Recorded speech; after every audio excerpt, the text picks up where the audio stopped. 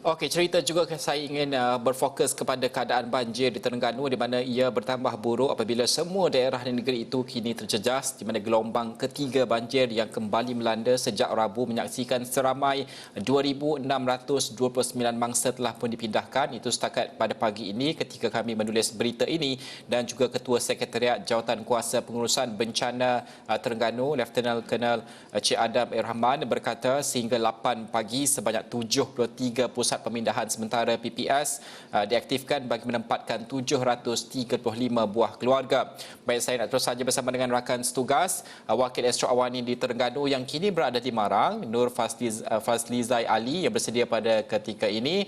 Fazlizai, apa perkembangan terkini yang boleh dilaporkan? Mungkin ada juga pihak berkuasa yang menyatakan keadaan di sana banjir yang semakin memburuk di Terengganu ini. Apa keadaannya pada ketika ini? Baik Najib, ketika ini keadaan banjir di Terengganu masih bertahan di mana lebih 2,000 mangsa masih terjejas dan sebanyak 58 pusat pemindahan sementara masih diaktifkan Najib, di mana jumlah itu menunjukkan sedikit penurunan berbanding sebelah pagi tadi. Dan setakat jam 5 petang ini seramai 2,419 mangsa masih terjejas berbanding 2,802 orang mangsa yang terjejas pada sebelah tengah hari tadi Najib. Biarpun berlaku penurunan jumlah mangsa itu, namun kesemua daerah, 88 daerah di negeri Terengganu ini Najib masih lagi dilanda banjir, dan saya difahamkan peningkatan mendadak itu berikutan hujan lebat yang mula melanda di kawasan pedalaman di negeri Terengganu ini, dan daerah Hulu Terengganu dan Besut menjadi daerah terbaru yang dilanda banjir dan mangsa mula dipindahkan sejak malam tadi. Bagaimanapun Najib, pada sebelah pagi ini keadaan cuaca di beberapa daerah telah kembali baik, dan jika keadaan cuaca ini berterusan, berkemungkinan besar ramai masa-masa banjir yang telah terjejas itu akan mula pulang ke kediaman masing-masing. Dan ketika ini Najib, daerah Marang masih lagi menjadi daerah yang teruk dan paling ramai mangsa terjejas, di mana lebih 700 mangsa masih berada di pusat pemindahan, diikuti daerah Besut dan juga Setiu masing-masing merekodkan 500 lebih mangsa Najib. Okey, saya difahamkan juga Fazlizai sempat juga membual dengan pengarah bomba Terengganu dan juga ada juga mangsa, kerana pada cerita banjir ataupun kisah banjir dan juga fenomena banjir ini sudah pasti kita melihat kepada sengsaranya rakyat melalui fenomena sebegini yang saban tahun mereka lalui. Apa yang dapat dikongsikan oleh Fazlizai sendiri? Betul Najib, bila banjir berlaku, pelbagai ragam dan juga kerana orang kata masa-masa banjir ini akan kita dapat dengarkan. Seperti semalam saya sempat membuat tinjauan bersama pengarah bomba Terengganu Muhammad Ilman Abdul Rashid di daerah Marang Najib, di mana ketika itu berlaku fenomena air pasang besar dan air mula memasuki kediaman penduduk sehingga pada paras beha, namun mereka masih enggan berpindah, dan itu adalah salah satu orang kata cabaran daripada pihak berkuasa. Bagaimanapun Najib, jika kita boleh dengarkan apa ulasan yang diberikan oleh pengarah bomba Terengganu Muhammad Hilman Abdul Rashid Najib.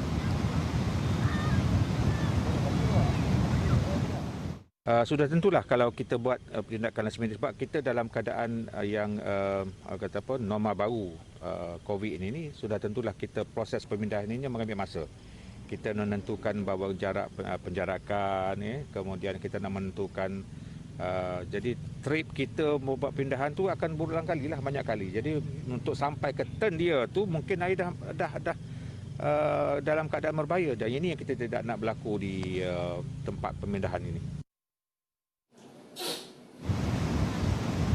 Okey Najib, kalau ketika ini juga angin kencang dan laut bergelora masih melanda di negeri Terengganu ini Najib, dan menerusi kenyataan yang dikeluarkan oleh Met Malaysia, ianya akan berlarutan sehingga 7 Disember ini, dan pihak berkuasa berkali-kali mengingatkan orang ramai agar tidak menghampiri kawasan pantai. Seperti kita tahu, di Terengganu ini mempunyai banyak pantai yang menarik perhatian pengunjung untuk datang, dan seperti di pantai Miami seberang Takik itu menjadi tumpuan penduduk untuk mendekati kawasan pantai berkenaan. Bagaimanapun ianya tidak sesuai untuk dikunjungi buat masa ini kerana percikan air itu telah sampai kepada jalan raya Najib. Dan Najib, sebentar tadi juga saya sempat membuat tinjauan di pusat pemindahan di Sekolah Kebangsaan Bukit Gasin, di mana di sana terdapat seorang wanita yang mengalami masalah saraf, dan dia terpaksa menggunakan tongkat untuk berpindah walaupun berpindah ke rumah emaknya dalam beberapa jam, dia terpaksa berpindah ke pusat pemindahan sementara Najib. Dan keadaan itu amat menyukarkan dia kerana hanya bersendirian di rumah ketika itu Najib. Kalau boleh kita ikuti perkongsian daripada mangsa banjir terbabit. Tangga tu. Petang tengah dia. Hari dia satu. Saya duduk seorang rumah saya. Lepas tu, adik orang ambil. Adik orang ambil gejah. Itu banjir tengah tokak je. Aku kat rasa. Bila air naik tinggi gitu. Bang, air naik. Apa tu? Letak dengan adik ah. Apa momok? Orang tu pintar. Apa pintar tu? Kakak sampai sini ah. Masa tu lebih kurang dalam pukul 1, saya tengok air cepat sangat naik. Maknanya saya ni ingat ke dia, suami tak ada. Lepas tu saya pula tak ada suami. Tinggal anak-anak je 3 orang. Tu hancurnya tak perasaan saya masa tu. Air memang, rumah tu memang dah 80 lebih dah. Suruh anak dia ambil, anak pun pandai buang. Anak buang, dia tinggal cucu, anak dia di rumah.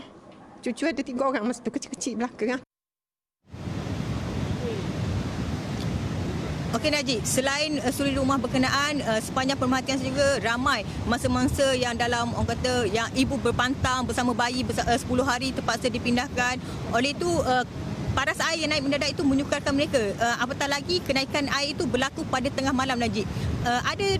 Seperti semalam saya membuat tinjauan di kampung Padang Kemunting, wanita bersama bayi yang 10 hari itu terpaksa diusung oleh pihak bomba untuk berpindah ke tempat yang lebih selamat selepas kediaman mereka dinaiki air separas peha, di mana bayi berkenaan terpaksa didukung oleh pihak bomba dan ibunya pula terpaksa digunakan oleh pengusung kerana mereka dia bersalin secara pembedahan Najib. Itu adalah cabaran-cabaran yang terpaksa dilalui oleh mangsa-mangsa banjir di negeri Terengganu ini melalui gelombang banjir ketiga yang melanda pada Rabu lalu Najib.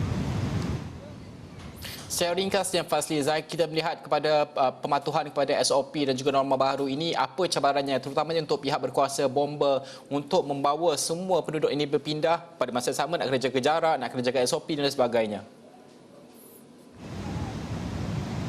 Betul Najib, bila melibatkan mangsa bencana, jumlah mangsa bencana yang ramai, pematuhan SOP itu orang kata ada yang terlepas pandang dan sebagainya. Namun menerusi pemerhatian saya di beberapa pusat pemindahan dan juga operasi pemindahan, saya dapati pihak berkuasa sedaya upaya cuba untuk memenuhi SOP yang ditetapkan. Di mana jika di pusat pemindahan mereka akan menyediakan pelitup muka dan seringkali mengingatkan mangsa-mangsa banjir ini supaya mematuhi SOP dan tidak berada pada jarak yang terlalu dekat. Di mana kemah-kemah mereka juga orang kata diasingkan dengan jarak 1 meter lagi.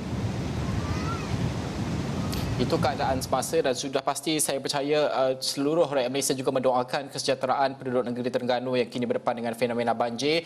Dua faktor berganda ini antara hujan lebat dan juga angin dan juga ombak yang tinggi, susulan musim tengkujuh ini, monsun timur laut ini, dan juga Fazli Zai akan terus membawakan laporan terkini dari semasa ke semasa susulan dengan keadaan banjir di Terengganu. Untuk anda yang baru menonton, kami sediakan juga di laman web Astro Awani di mana keadaan banjir di Terengganu semakin memburuk meskipun ada sedikit penurunan dari segi angka dan sebagainya yang dipindahkan, tetapi keseluruhannya ke semua daerah di Terengganu itu dilanda banjir, cuma tahap buruk ataupun sebaliknya banjir di sesuatu kawasan daerah tersebut dan juga berpindah, dan juga ada cabaran-cabaran yang dikongsikan oleh Fazli Zai sebentar tadi seperti ada yang tak mahu berpindah, ada juga cabaran untuk memenuhi SOP oleh pihak berkuasa ini kerana sudah pastilah dalam keadaan membawa orang begitu ramai orang untuk pindah ke PPS dan sebagainya.